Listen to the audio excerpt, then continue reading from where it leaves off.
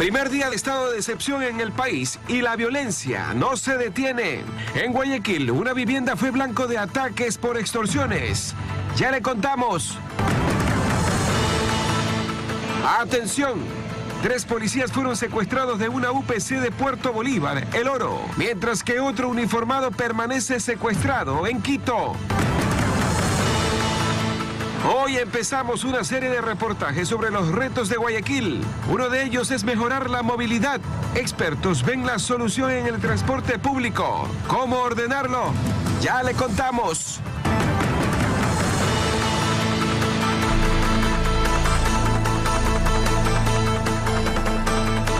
Hola amigos, ¿cómo están? Son las 5:55 de este martes 9 de enero. Arrancamos la información aquí en 24 horas en la comunidad. ¿Cómo estás, Carlos? ¿Qué tal, Valeria, amigos? Muy buenos días, siempre un gusto acompañarlos. Estamos, como siempre, listos para empezar con la información.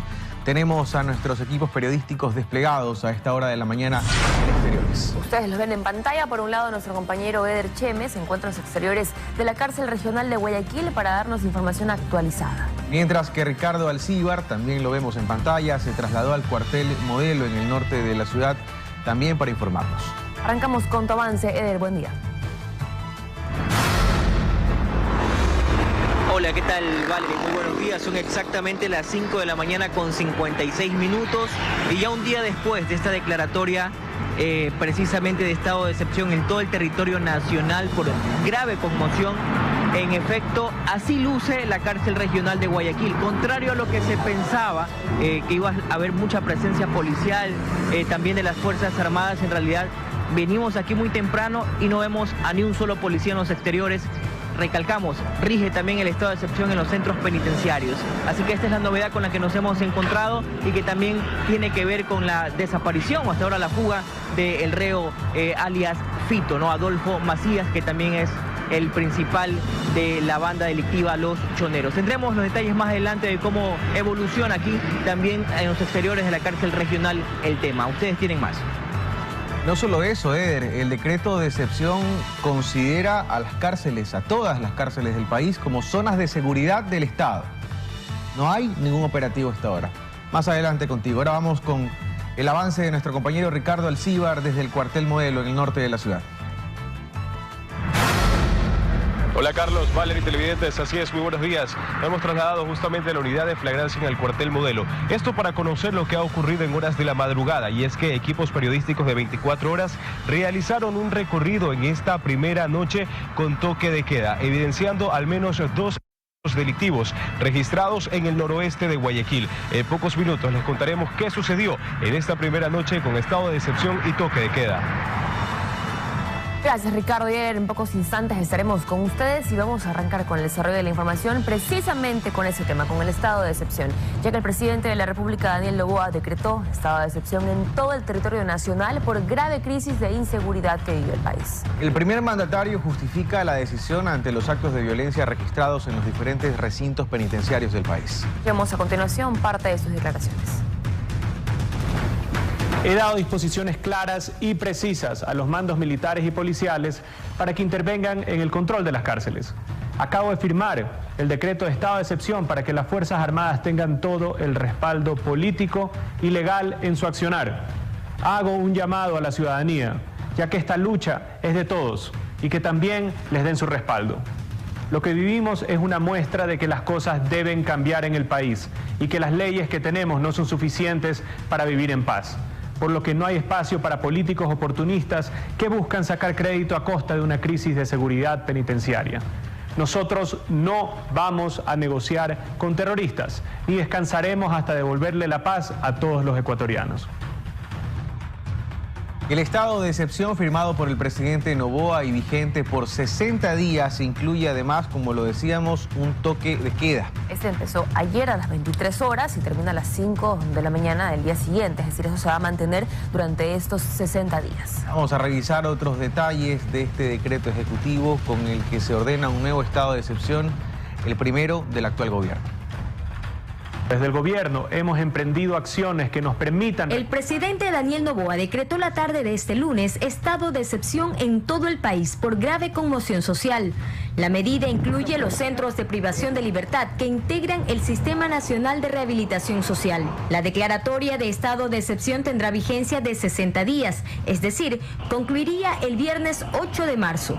De ahí que se dispuso la movilización e intervención de la Policía Nacional y las Fuerzas Armadas en el territorio nacional, así como en todas las cárceles. A esto se suma que en el Decreto Ejecutivo 110, en su artículo 4, se detalla suspender en el territorio nacional, así como al interior de todos los centros de privación de la libertad que integran el Sistema Nacional de Rehabilitación Social, el derecho a la libertad de reunión, en estricta relación con los motivos del estado de excepción, observándose los principios de proporcionalidad, necesidad e idoneidad y el estricto apego al respeto de las demás garantías constitucionales. Se restringe además la libertad de tránsito a partir de las 23 horas hasta las 5 de la mañana. Sobre este punto, quien incumple la disposición será puesto a órdenes de las autoridades, salvo que sea parte del sector salud, seguridad pública y privada, personas que formen parte de una cadena logística, incluido el sector exportador, personas que deban movilizarse al aeropuerto, entre otras que justifiquen su desplazamiento. Este es el primer estado de excepción y toque de queda de Daniel Noboa en menos de 2 meses de gobierno. Bien, entonces el gobierno ha optado por una medida que no es nueva, que se tomó durante más de 20 ocasiones en el gobierno anterior, dictar un estado de excepción. ¿Qué ha pasado en esta primera noche de estado de excepción y toque de queda? Lo vamos a revisar de inmediato. Efectivamente, porque 3 policías fueron secuestrados de una unidad de policía comunitaria ubicada en Puerto Bolívar, esto en la provincia de El Oro. El hecho se dio cerca de las 8:20 de la noche de este lunes, cuando los uniformados se encontraban en la unidad policial. Tenemos imágenes justamente captadas por cámaras de seguridad en donde se evidencia este hecho y se puede observar cómo sujetos llegaron en grupo y con armas y amenazas obligaron a salir del cuartel para ser llevados hasta un muelle donde los esperaban para llevárselos en una lancha. Y esto ya ha sido confirmado por la institución policial a través de sus canales. Al momento se realizan operativos en la parroquia para dar con el paradero de los uniformados. Así llegan los delincuentes en grupo y se llevan a 3 policías del interior de un destacamento policial.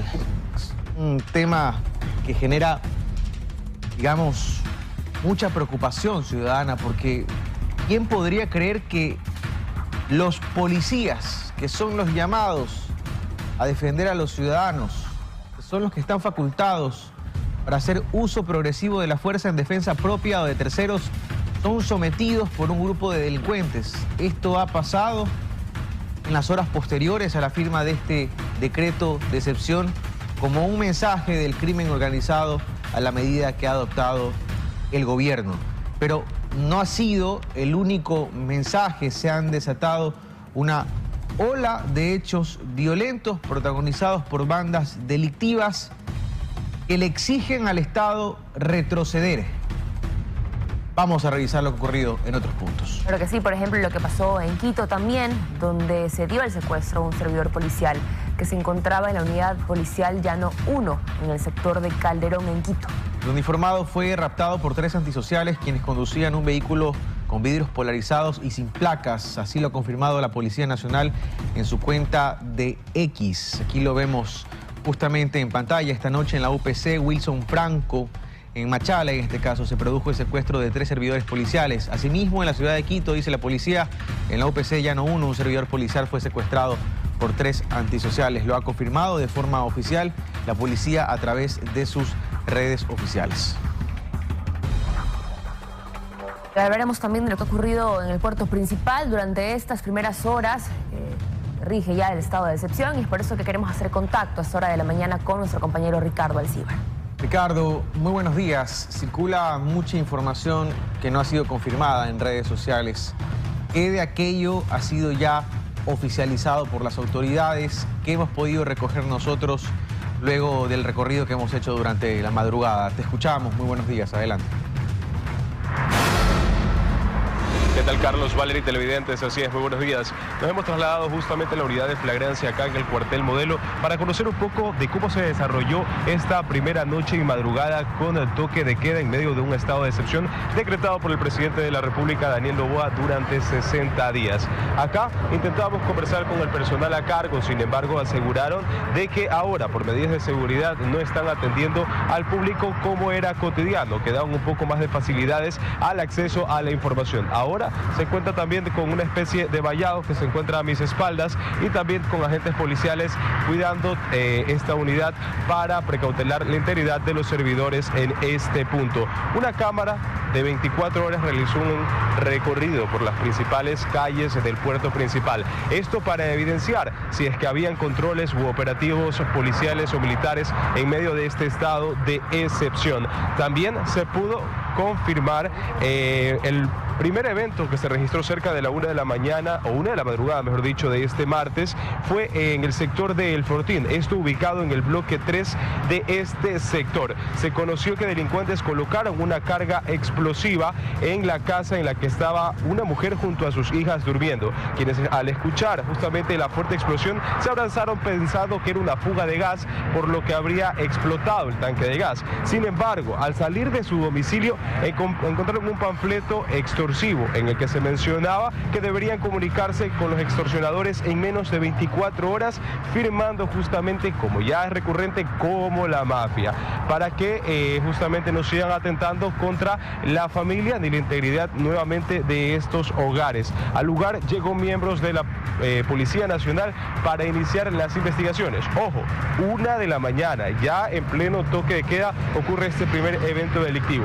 Luego, pasada las 2 de la mañana, el sistema de emergencia CQ 911 alertó al benemérito Cuerpo de Bomberos de Guayaquil y a la Policía Nacional de un fuerte incendio en el sector de la Isla Trinitaria, en la Cooperativa Desarrollo Comunal de la estación de la línea 27. Aquí un bus de transporte escolar que estaba parqueado fue incinerado, luego de que presuntamente, aquí aún las autoridades están investigando. Sin embargo, los primeros reportes dan a que se encontró gasolina rociada en los vehículos al interior y en los exteriores de estos automotores. Aún la policía está en los trámites pertinentes para esclarecer este nuevo hecho delictivo, que todo indicaría que se trataría de un atentado. ¿Aquí qué ocurrió? Delincuentes dejaron 2 vehículos livianos. Se conoce hasta el momento que rociaron combustible en los 2 vehículos y los parquearon justamente al lado del bus o del vehículo pesado. 3 carros en total quedaron incinerados luego de este atentado. Fueron 2 atentados, uno con artefactos explosivos contra una casa y otro más contra 3 vehículos en el sector justamente de la Isla Trinitaria. Además, vale evidenciar para los televidentes, para las personas que nos están escuchando desde tempranas horas de la mañana, y producción sí me ayuda con las imágenes, que nuestras cámaras registraron durante las 11 de la noche hasta las 5 de la mañana, tiempo en el que dura el toque de queda, justamente cómo se encontraban las calles de la ciudad de Guayaquil.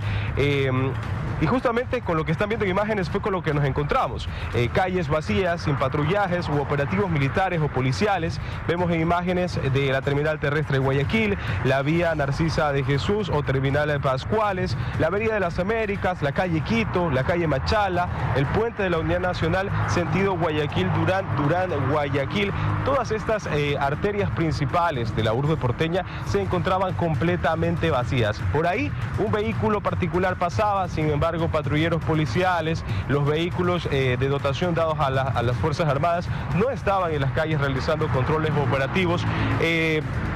Asumimos que a lo mejor están, y esto ya siendo cautos con lo que indicamos, que estaban haciendo a lo mejor trabajos de inteligencia, pero la verdad es que la ciudadanía no lo ve en la calle, no ve estos operativos que se dan en medio de una crisis carcelaria que llevó justamente al gobierno actual a implementar un estado de excepción por 60 días y con toque de queda de 11 de la noche a 5 de la mañana. Y así se encuentran las calles de la ciudad de Guayaquil, completamente abandonadas. Y es un panorama que se evidencia en un día normal, según estado excepcional instaurado por el gobierno y también por la fuerza del orden público. Hasta acá la información justamente desde la unidad de flagrancia de el cuartel Modelo. Regresamos a estudio con más. Muy buenos días.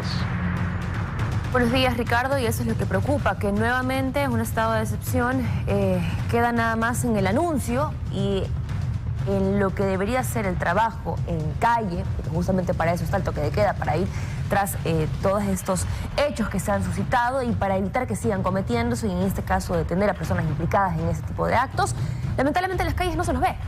Sí, nuestro compañero Ricardo Alcíbar le da un voto de confianza a la fuerza pública. Dice, quizás están haciendo trabajos de inteligencia. Pero los trabajos de inteligencia tienen que ir acompañados de operativos evidentes en las calles que no hay. En el primer día de estado de excepción, donde el crimen organizado sí responde con acciones en las calles, ¿cuál es la respuesta del Estado? La respuesta no puede ser ausencia, la respuesta no puede ser calles abandonadas, oscuras, a merced del crimen. Se ha firmado un estado de excepción, ha dicho el presidente de la República, para demostrarle todo el respaldo político a la fuerza pública, a Fuerzas Armadas y Policía. Se ha determinado toque de queda en horas de la noche y madrugada, desde las 11 de la noche hasta las 5 de la mañana. Se ha determinado que los recintos penitenciarios son zonas de seguridad y que van a haber operativos incluso en kilómetros a la redonda de estos centros carcelarios. ¿Qué pasa si la primera noche no se ve eso? ¿Cuál es el mensaje que se le da a la ciudadanía y cuál es el mensaje que se le da al crimen organizado? Señores, tienen en sus manos una oportunidad de oro que tiene que ser aprovechada con todas las facultades que otorga la ley, porque si seguimos avanzando en el país del no pasa nada, el crimen organizado se va a continuar tomando el país como ya lo ha demostrado y llegará a un punto en que será muy, pero muy difícil retornar. Entonces, la fuerza pública hoy tiene el instrumento legal para actuar con contundencia en las calles y frenar todo esto que está pasando.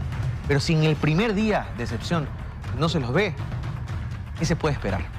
6 de la mañana con 11 minutos. Y les contamos que el SNAI activó los protocolos de emergencias tras registrarse hechos violentos en 6 cárceles del país. Miembros de las Fuerzas Armadas a esta hora continúan realizando operativos en los reclusorios intentando liberar a guías penitenciarios que han sido retenidos. Un conato de incendio, la fuga de un privado de libertad y más de una decena de guías penitenciarios retenidos son parte del resultado de los motines registrados en 6 centros de privación de libertad del país. Los hechos de violencia se dieron en medio del contexto de fuga de Adolfo Macías alias Fito. En la cárcel del Inca norte de Quito, por ejemplo, los privados de libertad se amotinaron provocando un incendio estructural. El cuerpo de bomberos de la capital necesitó al menos 15 hombres para controlar el incendio. En medio de esta emergencia, un preso habría intentado escapar, pero fue recapturado momentos después. Luego de varias horas de intervención entre la Policía Nacional y las Fuerzas Armadas, se anunció que se había restablecido el control en el centro carcelario. Asimismo, se confirmó que no hubo heridos. En el centro de privación de libertad El Turi, en Cuenca, en cambio, un grupo de reclusos se pasearon por los techos y otros llegaron hasta la garita de seguridad del centro carcelario. En este video difundido en redes sociales se puede observar claramente el nivel de desorden que mantenían los internos, quienes mientras rompían esta cámara de seguridad realizaban amenazas. Debido a esto, funcionarios del centro de rehabilitación fueron evacuados y personal de la Policía Nacional ingresó para reforzar la seguridad. En la cárcel de Riobamba, en Chimborazo, en tanto, los PPL realizaron varias detonaciones con explosivos, unos al interior de este centro carcelario y otros fueron lanzados a la calle. En este centro de rehabilitación social se encuentra retenido Francisco Colón Pico, sospechoso de planear un atentado contra la fiscal Diana Salazar. Por otra parte, en las cárceles de Machala y Ambato, privados de la libertad retuvieron a guías penitenciarios. Según reportes, hay al menos 15 funcionarios de los centros de rehabilitación social aislados en contra de su voluntad.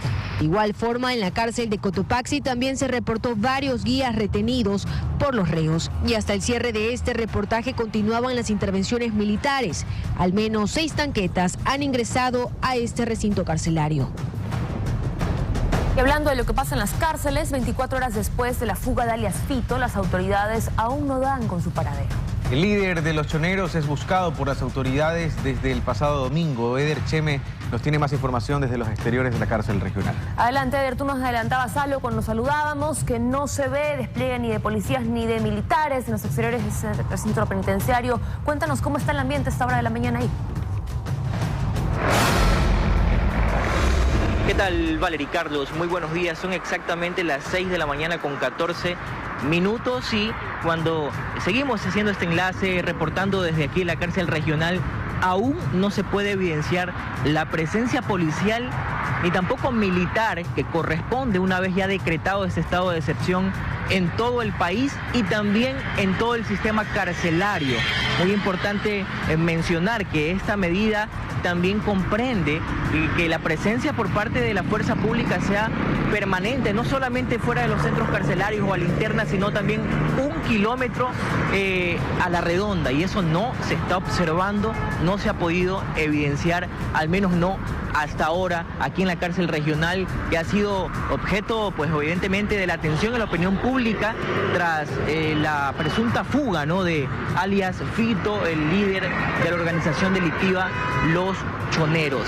Vemos aquí, estamos aquí con algunos equipos también periodísticos, otros compañeros que están presentes y hemos podido constatar que no hay la presencia policial ni de las Fuerzas Armadas. Ya el día de ayer, nuestra compañera Bernarda Ceballos también estuvo presente aquí y ella hizo ya también una constatación de lo que fue la jornada en donde sí hubo la presencia policial en las primeras instancias, luego de 24 horas de la desaparición de alias Fito, cuando ayer habían tanquetas, habían militares, habían camiones, pero hoy día pues eso no se puede observar. Pero veamos el informe que ella preparó con los detalles de la jornada de ayer. Cerca de 48 horas han transcurrido y la búsqueda de alias Fito continúa. Este lunes se evidenció la salida y entrada de militares, policías y tanquetas de la cárcel regional en Guayaquil. De su parte, la Fiscalía formuló cargos por presunta evasión contra 2 funcionarios penitenciarios que estarían involucrados en la fuga de Adolfo Macías Villamare. Se solicitó prisión preventiva para los sospechosos, pero un juez les dictó medidas sustitutivas. La fiscal general Diana Salazar rechazó esta decisión y mediante su cuenta de X dijo que si el sistema de justicia no actúa con coherencia en el trabajo de evitar la impunidad, no se tendrá resultados. Y acotó que estas medidas permiten que los responsables continúen al servicio de quienes buscan evadir la justicia y seguir corrompiendo el sistema.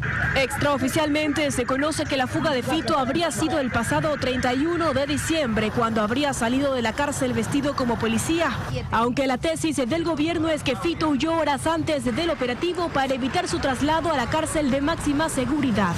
Lo más probable, se dieron infiltraciones y es cuestión de horas. Fue cuestión de horas. ¿Pero cuándo? Fue cuestión de horas antes. Desde la Secretaría de Comunicaciones de la Presidencia se asegura que el escape de Fito obedece a su propio temor por las acciones en materia de seguridad implementadas por el actual gobierno. La mejor decisión que podría haber tomado el Estado es simplemente no hacer nada. Lo que ha pasado en todos los gobiernos. La decisión fue que este sujeto esté en una prisión y en una situación de seguridad para que no siga operando como ha estado operando los últimos años. Hace un mes el presidente Noboa se refirió al traslado de reos, específicamente al de Fito, y esto fue lo que mencionó. Hay un plan bonito, no se lo cuenta Fito todavía. Alias Fito cumple una sentencia de 34 años de prisión por delitos como narcotráfico, extorsión, delincuencia organizada, robo, porte de armas y homicidio. Ha estado tras las rejas desde el 2011. Estuvo en la penitenciaría, luego en La Roca y ahora último en la regional. Y no es la primera vez que se da la fuga. En 2013, en La Roca, hubo una huida masiva en la cual salió, pero fue recapturado 4 meses después.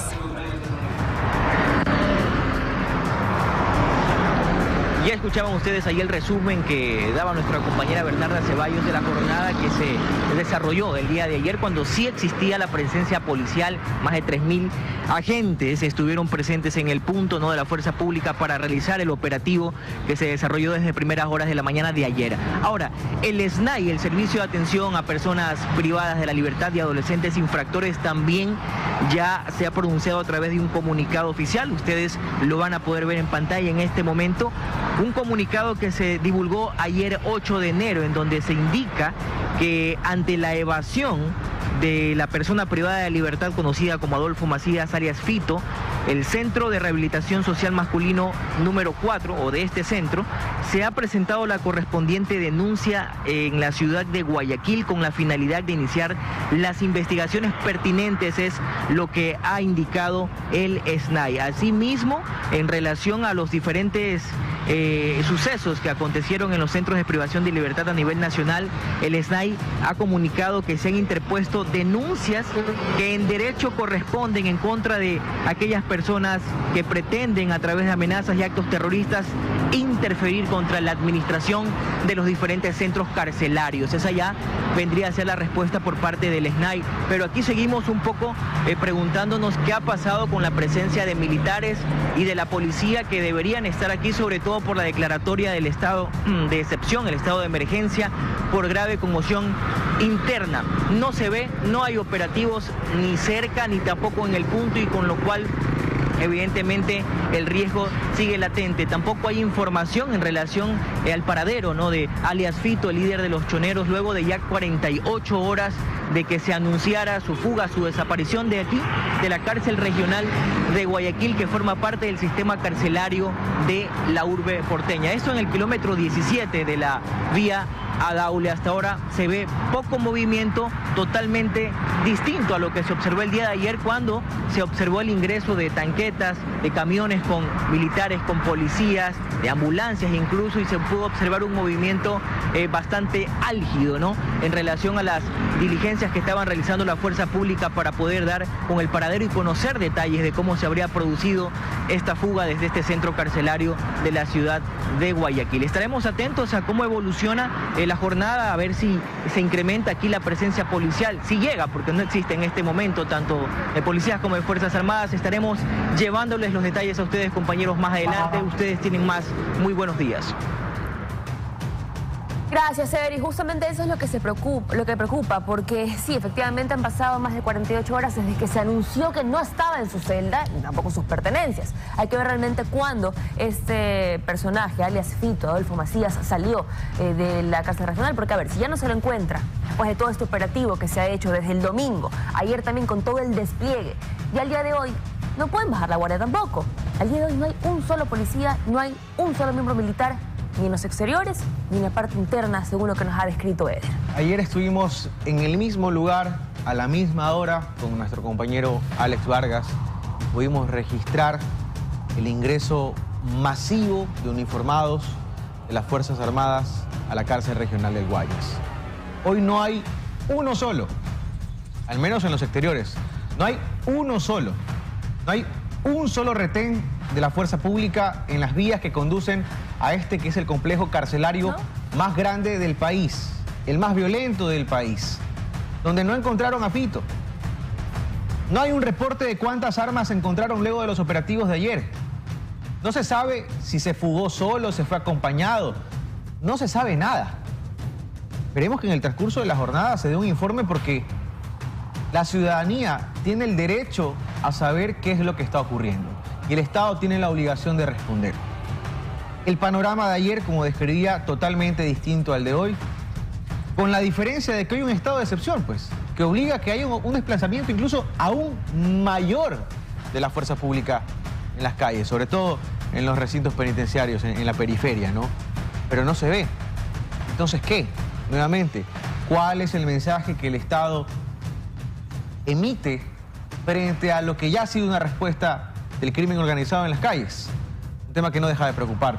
6 de la mañana con 26 minutos, regresamos, le contamos. Los habitantes de Sauce 7 en el norte de Guayaquil denuncian los constantes robos y hechos delictivos reportados en el sector. Ellos aseguran que los delincuentes asaltan a toda hora, como ocurre en prácticamente todo el puerto principal. En ese lugar se encuentra Alex Vargas para que nos dé más detalles al respecto. Adelante, compañero, te escuchamos. Gracias. Buenos días, son exactamente las 6 de la mañana con 26 minutos. Hemos llegado aquí para tomar contacto con la comunidad, que por supuesto nos van a dar sus versiones tras cámaras, porque están atemorizados. Y más que todo es una mezcla de emociones en vista de la situación, que por más que han puesto cámaras de seguridad, ya mismo van a hacer sonar la alarma, tienen un guardia, pero aquí la gente no puede llegar con tranquilidad. Menos ya algunos vecinos que tienen sus respectivos parqueos han salido. Dice, ya no podemos y no sabemos qué hacer. Estamos en Sauce 7, a una cuadra de la Academia Naval Guayaquil. Entramos por Correos del Ecuador. Usted ya se ubicó y desde luego dice, sí, ahí los robos son imparables. Vienen sujetos incluso en taxis amarillos ¿Quién puede imaginarse que quienes van a bordo de un taxi amarillo están delincuentes dando vueltas para atacar a las personas que están llegando a sus domicilios? Es algo lamentable. Note que aquí, al menos en esta peatonal, si nuestro compañero Dave nos enfoca, mire, ellos tienen apuntado desde ya la principal en dirección a una reconocida panadería, aquí a lo que sale a la Benjamín Rosales, y otras a las peatonales en dirección hacia el Isidro Ayora. Noten, son puntos claves, ellos se han reunido y desde luego viendo la manera de autoprotegerse, porque cada vez que piden ayuda a la Policía Nacional, mi señora, ¿qué pasa? ¿Qué les dice la policía? No podemos ir, la unidad no tiene combustible, no hay mucho personal, y eso por supuesto es un mal sabor para ustedes. Sí, la verdad es que nosotros constantemente estamos llamando, supuestamente tenemos un número al cual acudimos, pero realmente no vemos esa presencia, nos hace falta, no nos dicen nada absolutamente. Ya vamos, estamos en camino, pero no llegan, no los vemos.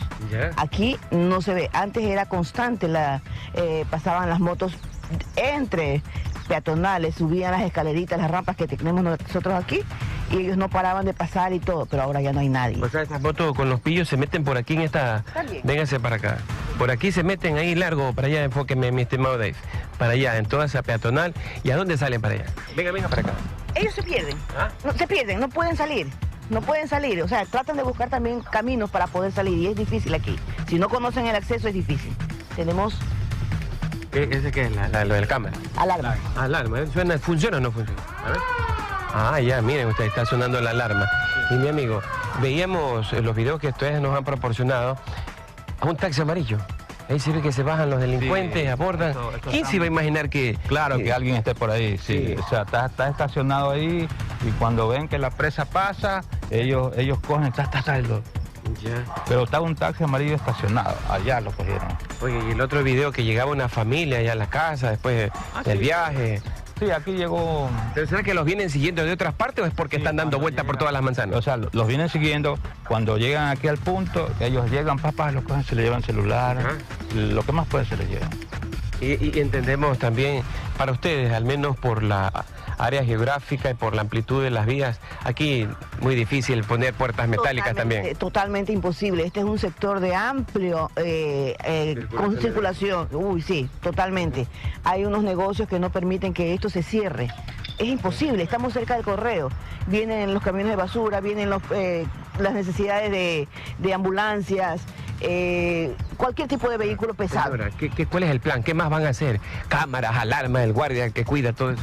Si yo le policía, no podemos, no estamos para auxiliar. Exactamente, así es. Nosotros tenemos al momento como 11 alarmas instaladas, diferentes puntos. La parte de arriba que vienen a ser las letras A y algo de la B, tienen 3 cámaras allá. En este sector de acá, de la C y D, tenemos aquí una alarma y acá tenemos como 5 o 6 alarmas distribuidas. ¿Qué van a hacer? ¿A quién le piden ayuda? Con esto del estado de excepción y todas estas cosas, ¿creen que se va a aliviar en algo lo que ustedes como ciudadanos y en otras ciudadelas del puerto principal requieren?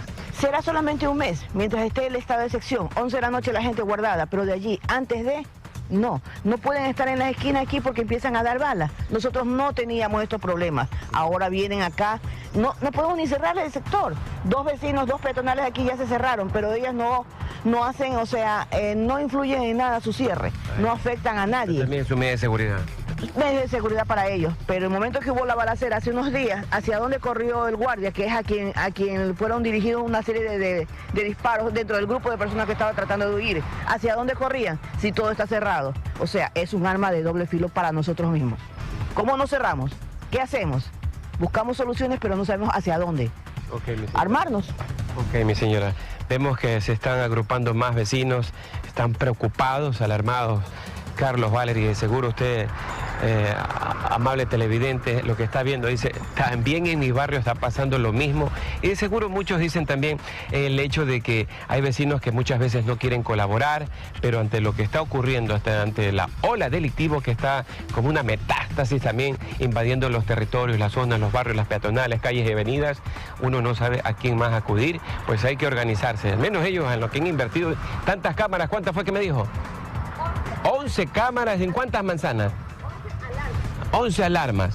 Sí. Cámaras en cada manzana hay como 4. Miren ustedes, en 4 puntos estratégicos, cámaras para de esta manera captar Pero la policía, ¿qué puede hacer si les dicen no tenemos cómo brindarles el auxilio cuando ustedes requieren? Les proporcionan los videos, estos son los delincuentes que andan, pero no hay resultado hasta la fecha. Carlos, Valeria, acá en Sauce 7, norte de Guayaquil, cerquita, a pocos pasos de la Academia Naval y asimismo de Correos del Ecuador, para que ustedes se ubiquen y sepan que la policía aquí no les están brindando el auxilio que ellos requieren.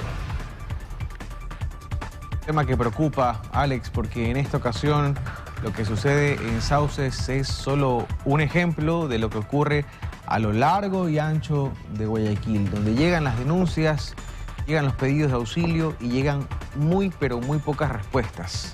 Hay una inacción de la fuerza pública en las calles que realmente genera indignación, genera zozobra. Por contrario, empodera a los delincuentes que siguen haciendo de las suyas a toda hora. Y ahora la pregunta es, ¿en dónde no? ¿En dónde no roban? ¿En dónde no hay balaceras? ¿En dónde no hay toda clase de hechos delictivos? Es impresionante cómo ha avanzado y cómo se han tomado prácticamente todos los actores. Y la misma ciudadanía, la misma comunidad pregunta, ¿ahora qué más hacemos si estamos encerrados? Nuestra obligación como espacio periodístico va a seguir siendo evidenciar lo que ocurre en su sector. Y por eso ponemos a disposición, como todos los días, nuestros canales de contacto para que usted nos escriba, nos envíe sus fotografías, sus videos. Queremos saber qué ocurre en su barrio. Si no hay respuesta de la policía, hay respuesta de nosotros, porque lo vamos a mostrar. No podemos normalizar lo que sucede en nuestra ciudad, en nuestro país. Nuestro número de WhatsApp, el 099-4800-976. Nuestra cuenta de @24horas GY, siempre a su disposición. Son las 6 de la mañana con 33 minutos y ahora les contamos que en Esmeralda se reportaron al menos 3 ataques la tarde de este lunes. 2 de estos fueron con el uso de explosivos, de los cuales uno de ellos cayó en las inmediaciones del Comando Subzonal de la Policía Nacional. Hasta el momento las autoridades no se han pronunciado sobre lo que ha sido una tarde y noche violenta en la provincia de Verde. La tarde y noche de este lunes, la ciudad de Esmeraldas vivió momentos de terror cuando sujetos realizaron varios ataques en diferentes partes de la urbe. El primer ataque ocurrió alrededor de las 18:30 en una gasolinera del sector Vuelta Larga al sur de la ciudad. En el sitio, delincuentes arrojaron un explosivo a un vehículo que se abastecía de gasolina. Asimismo, otro vehículo fue incendiado en la parroquia Tunzupa del cantón Atacames, según indicó la policía en sus redes sociales. Además, se difundieron videos donde los comerciantes cerraban sus puertas por temor. Asimismo, antisociales arrojaron un artefacto explosivo cerca del Comando Subzonal de Esmeraldas sin que se registren heridos o daños materiales. Todo esto ocurre luego de que el gobierno de Daniel Noboa decretara un estado de excepción por 60 días a escala nacional. La medida permitirá que los militares y policías coordinen acciones para asegurar el control en las cárceles tras amotinamientos de reos en 6 prisiones del país. Hasta el momento, la Policía Nacional ni las autoridades se han pronunciado sobre este hecho, que una vez más pone en zozobra a toda una población. El juez Felipe Córdoba aceptó este lunes 8 de enero el pedido de Fiscalía para que Interpol emita difusión roja a nivel internacional con el objetivo de capturar a Javier Jordán y Daniel Salcedo procesados en el caso Metástasis. El magistrado envió un oficio a la Oficina Central Nacional de Interpol en Quito para que proceda con la publicación de la notificación roja debido a que los 2 sospechosos se mantienen en calidad de prófugos, pero sobre ellos pesa una orden de prisión preventiva por presunta delincuencia organizada. Y las autoridades conocen que Javier Jordán reside en Miami, Estados Unidos, mientras que Daniel Salcedo se encontraría en Panamá. Esto último, según versiones de la Fiscalía General del Estado. Diana Salazar ha dicho en su momento que incluso Daniel Salcedo ha sido fotografiado comprando en tiendas de lujo en Panamá. Es la mañana con 36 minutos y la Policía Nacional identifica a alias Fito, líder de los choneros, y a alias Palanqueta de los Lobos, como los 2 sujetos que controlan las cárceles del país. A continuación le informamos quiénes son.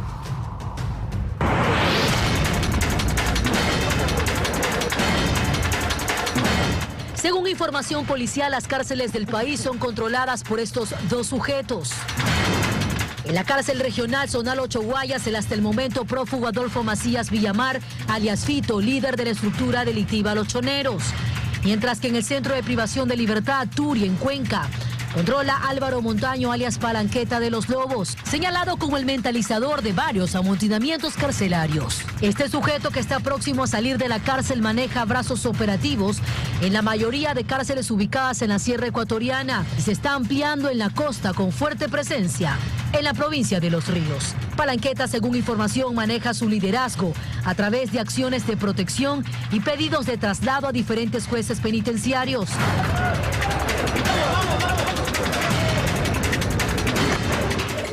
Dentro de los operativos de control de armas, municiones y explosivos, en los más de 25 operativos que realizaron las autoridades en 2023, nunca fue considerada la cárcel El Turi, donde se encuentra Palanqueta, la cabeza visible de los Lobos. Mientras que en la cárcel regional, con el último operativo Camex, en busca de alias Fito, ya suman 2 ingresos desde 2023. El centro penitenciario en el que más han ingresado las autoridades es en la penitenciaría de Litoral. La finalidad es quitarle las armas para que no se sigan matando entre ellos.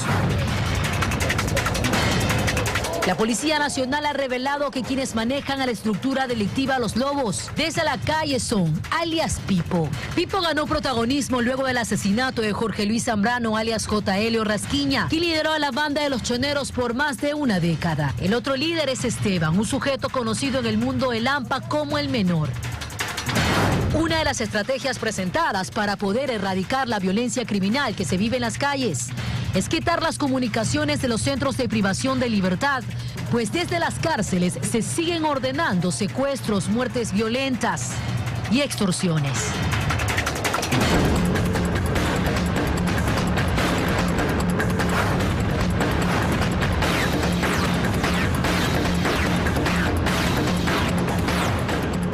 Amigos, y hoy empezamos una serie de reportajes sobre los retos que enfrenta Guayaquil. Uno de ellos en el 2024 es mejorar la movilidad, ya que en horas pico el tráfico es realmente insoportable. Sí, especialistas aseguran que este problema tiene solución si se empiezan a tomar medidas relacionadas al sistema de transporte público urbano. Revisemos la siguiente nota.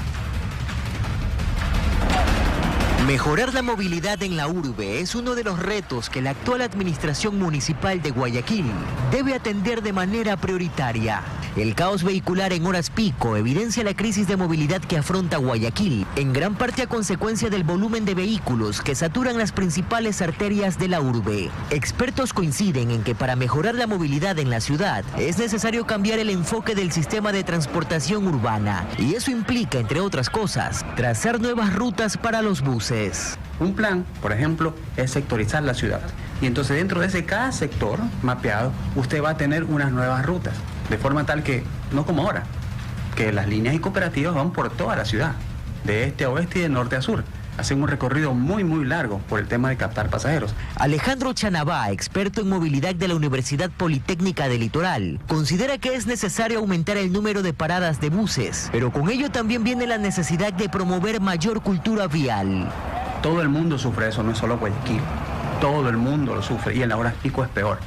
¿Cuál es la solución? Educar a las personas, educar a los conductores, que haya control. Un buen control. En los años 80 la ciudad de Bogotá, en Colombia, estaba colapsada por el tráfico y el desorden vehicular. El transporte público era parte de un problema que cada día se agudizaba más y requería de una solución innovadora. José Stalin Rojas, director del Observatorio de Movilidad de la Universidad Nacional de Colombia, dice que la solución fue migrar al sistema de autobuses de tránsito rápido, también conocido como BRT. Ustedes supongan que hay una gran avenida en Guayaquil, pero que solamente por un carril solamente puede transitar el transporte público, los buses. Los carros particulares ni las motos pueden invadir ese carril.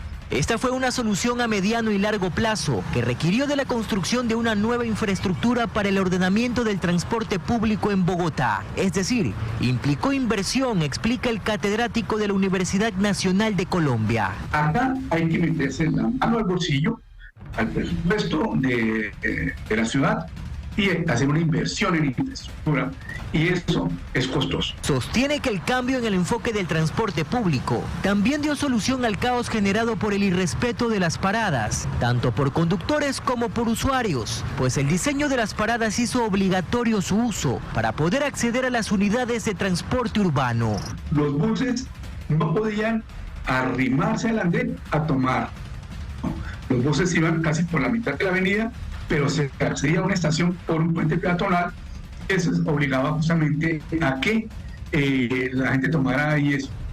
De su parte, los usuarios del transporte público urbano de Guayaquil piden que las mejoras al menos vayan enfocadas en 3 criterios: la seguridad, la eficiencia en los tiempos de recorrido y la innovación de las unidades. Comenzando desde el cambio del parque automotor de buses urbanos, comenzando desde ahí. Yo ahorita, por ejemplo, estoy aquí, me voy al Mall El Fortín. De aquí se me hace siquiera de hora y media. Deberíamos de mejorar eso para evitar contratiempos. Pero a pesar de la caótica movilidad en la que se ve sumergida la urbe porteña, las soluciones están al alcance. Solo se requiere voluntad política, inversión en infraestructura y dar el primer paso para cambiar el modelo de transportación urbana a uno en el que el caos sea cosa del pasado. Aquí se ha puesto un tema importante sobre la mesa, pero hay que tener en cuenta de que esto ha ocurrido por una falta de planificación y organización. Guayaquil se ha ampliado grandemente y con él también, por supuesto, el parque automotor. Entonces, teniendo en cuenta esto y teniendo en cuenta también posibles soluciones, uno de ellos es el transporte público, nuestra idea y nuestra mente va justamente hasta eso. Y en estos momentos tenemos un transporte público bastante deficiente. ¿Cómo pretendemos también que se vaya a organizar y que la gente prefiera utilizar estas unidades a salir en su vehículo? Son muchas problemáticas que tiene que enfrentar esta administración para ir a encaminar a una ciudad ordenada, que lamentablemente al día de hoy no está. Yo veo 3 puntos acá, ¿no? Uno, en la línea de lo ofrecido por la actual administración en campaña. Hablaban de las nuevas centralidades, es decir, que el ciudadano no tenga que moverse largas distancias para, por ejemplo, hacer trámites en la zona bancaria, donde están las instituciones del gobierno central o el municipio. Temas cerca de la casa, que se puedan movilizar a pie o en bicicleta, pero eso implica, por ejemplo, usted tiene que tener una ciudad segura para el peatón, segura para el ciclista, y en este momento no es segura para ninguno de los dos. Lo segundo, la confianza en el transporte público en este momento se basa simplemente en si es seguro o no, si roban o no. Un transporte público en el que asaltan todos los días no se sube nadie, por más moderno que sea y demás. Esperadas estas 2 fases, la tercera para mí es importante. En la ciudad el control en materia de tránsito lo tenga el municipio, no las cooperativas, ¿sí? Hay que destrabar eso que ha sido durante años el imperio de las cooperativas de transporte urbano. Usted se da cuenta, vaya por la calle Rumichaca, por ejemplo, en horas pico. Usted se da cuenta de una fila de al menos 12 buses. Mire para adentro de esos buses y se dará cuenta que van 6, 7, 10 personas máximo. Es decir, no van ni a la mitad de su capacidad.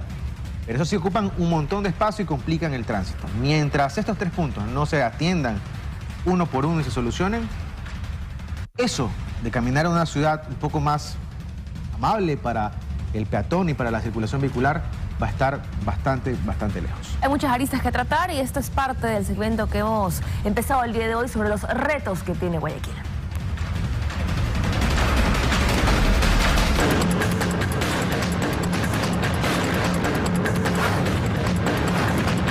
6 de la mañana, 47 minutos, estamos de vuelta con más información. Gracias por seguir con nosotros. Le contamos, la detonación de 3 artefactos explosivos en tan solo una semana ha alarmado a los habitantes de Samanes 7, en el norte de Guayaquil. Los moradores afirman que no cuentan con apoyo policial y que se sienten desamparados por el ambiente de inseguridad en la zona.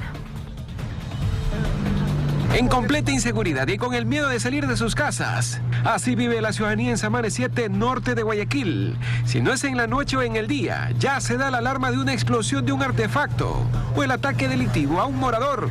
3 bombas en 4 días. Parece que estuviéramos en Israel. Por eso estamos abandonados. Se han dado cuenta que estamos abandonados. Les pegan a las mujeres, les roban en moto, les roban, vienen en tricimoto. Claro que sí, donde quieras eso, que hay que, si no con seguridad anda tranquilo. Ya. Pero así inseguro, sí, es que andar es... Mira y mira nomás para... Que se sienten desamparados, dicen. Aquí a la policía se lo llama varias veces para que venga a dar vuelta. A las vecinas le parten las cabezas, a las mujeres le parten las cejas, la policía nunca viene. Yo he hablado con los policías dicen que no tienen ellos cómo custodiar, que son pocos para muchas áreas lo que tienen ellos. Por eso estamos abandonados. El último susto fue esta semana de un explosivo que hicieron detonar en un terreno baldío. El dueño de un local comercial dio aviso para recibir ayuda de la unidad antiexplosivos de la Policía Nacional. Una bomba el día de ayer fue lo que pasó aquí en la tienda de aquí arriba. Por la inseguridad, la delincuencia está fatal. Y es que en cualquier momento lo que estamos viviendo es una especie de lotería. Tú no sabes en qué momento te toca. La señora de la farmacia, el señor de la despensa y quienes tienen sus restaurantes ya no saben qué hacer, pues con todas las cosas que está ocurriendo, ya piensan cerrar sus negocios. 6:48 de la mañana y delincuentes dedicados a la extorsión y al robo están apoderándose de varios sectores del norte de Guayaquil. Un equipo periodístico de 24 horas realizó un recorrido por estas zonas evidenciando varias irregularidades, entre ellas unidades de policía comunitarias vacías. Así quedó la puerta principal de ingreso de una tienda de abarrotes ubicada en el sector de Los Rosales, norte de Guayaquil, luego de que extorsionadores lanzaron un artefacto explosivo la madrugada de este lunes. Se conoce que días previos al ataque, los antisociales entregaron un panfleto en el que dejaron un número telefónico exigiendo a los propietarios que se comuniquen en un lapso de 24 horas y firmando como la mafia. Imagínense, yo ahorita voy a dejar a mi hija porque ayer me quedé hasta tarde, me quedé hasta las 5 de madrugada porque estaba asustada porque ya no puedo dormir de la explosión. Y es que estos delincuentes continúan ganando terreno en diferentes sectores del norte de Guayaquil. Ante esto, realizamos un recorrido que inició desde el sector de Sauces 8 y a lo largo de 1,5 kilómetros en la avenida Francisco de Orellana. Contabilizamos al menos 17 locales comerciales cerrados y con letreros de se vende o se alquila. Esto porque la mayoría de los comerciantes prefieren cerrar antes que pagar vacunas. 17 años trabajando en lo mismo y creo que si las vacunas no nos cierran el negocio, cerramos nosotros por la baja demanda. Y a 3 kilómetros de este punto, en el sector de Guayacanes, también son decenas de locales que han sido visitados por extorsionadores. Nos tienen con todo ese temor. Así es, va avanzando cada vez más, porque si usted cruza aquí al frente al Cóndor, extorsión. Luego avanzamos 2,8 kilómetros en nuestro recorrido desde Guayacanes hasta Colinas de la Alborada, donde las extorsiones y los asaltos mantienen atemorizados a los comerciantes. Aquí nos asaltaron a nosotros. Vinieron 4 o 8 tipos. 4 aquí, 4 en el mercado. En horas de la tarde, que esto está agotado, de 2 a 4 de la tarde esto está muerto. Durante nuestro recorrido acudimos a la unidad de policía comunitaria número 78, que da servicio al sector de Colinas de la Alborada y también al sector de Los Rosales. Y nos encontramos con esto. Oficinas completamente vacías, sin un solo servidor policial que atienda al llamado ciudadano. También han venido a dejar papeles, lo que dejan tirado es el papel. Allá. Sí, con un número de teléfono que se comunique, en valor no. Muy cerca de este sector, el pasado 28 de diciembre del 2023, un delincuente que intentaba colocar un explosivo murió tras detonar este artefacto antes de tiempo, en los exteriores de un local comercial que estaba bajo amenazas. En medio de este contexto, San Borondón continúa reforzando su seguridad. El robo a personas es uno de los delitos que más se comete en este cantón perteneciente a la zona 8. San Borondón también prepara acciones para salvaguardar la seguridad de sus ciudadanos a raíz del violento inicio de año que vive el país. Aunque su alcalde recalca que en San Borondón son otros los números en relación a los demás cantones que conforman la zona 8. La ciudad no aporta ni siquiera con el 1% de los hechos delictivos y violentos de la zona 8, lo cual nos compromete a trabajar más todos juntos por la seguridad de una ciudad. Como también indicó que el plan Navidad Más Segura tuvo resultados positivos y que se redujeron los delitos en el año 2023 en comparación al 2022. Afirmó que los robos a unidades económicas se redujeron en un 58%, los robos a vehículos en un 40% y el robo a personas en un 30%. En San Borondón trabajan alrededor de 90 policías municipales y se encuentran ubicados un poco más de 650 dispositivos tecnológicos, entre ellos drones de uso militar, distribuidos en puntos de gran afluencia del cantón. Seguimos nosotros con los controles de 2 personas en moto, con los operativos móviles que se hacen con la Policía Nacional y Comisión de Tránsito del Ecuador para cuidar los vehículos que ingresan sin placas o con virus polarizados al cantón y alertar inmediatamente a la Policía Nacional. Durante el 2023 y en varias ocasiones, delincuentes burlaron la seguridad de urbanizaciones privadas de la vía a San Borondón, actos delictivos que dejaron víctimas mortales. Sobre este tema, el burgomaestre afirma que han tomado acciones. La interconexión de garitas permite que inmediatamente pase algo en la ciudadela, nos avisen al centro de monitoreo para que nosotros poder derivar la emergencia a la policía. Por otro lado, también refuerzan la seguridad en centros comerciales tras los saqueos registrados hace menos de un mes en el vecino Cantón Daule. Y Valeria y amigos, viene la emisión nacional de 24 horas. Continúe en sintonía de Teleamazonas. Retomamos las noticias de la comunidad a partir de las 8 de la mañana. Siempre un gusto acompañarlos. Que tengan un buen día.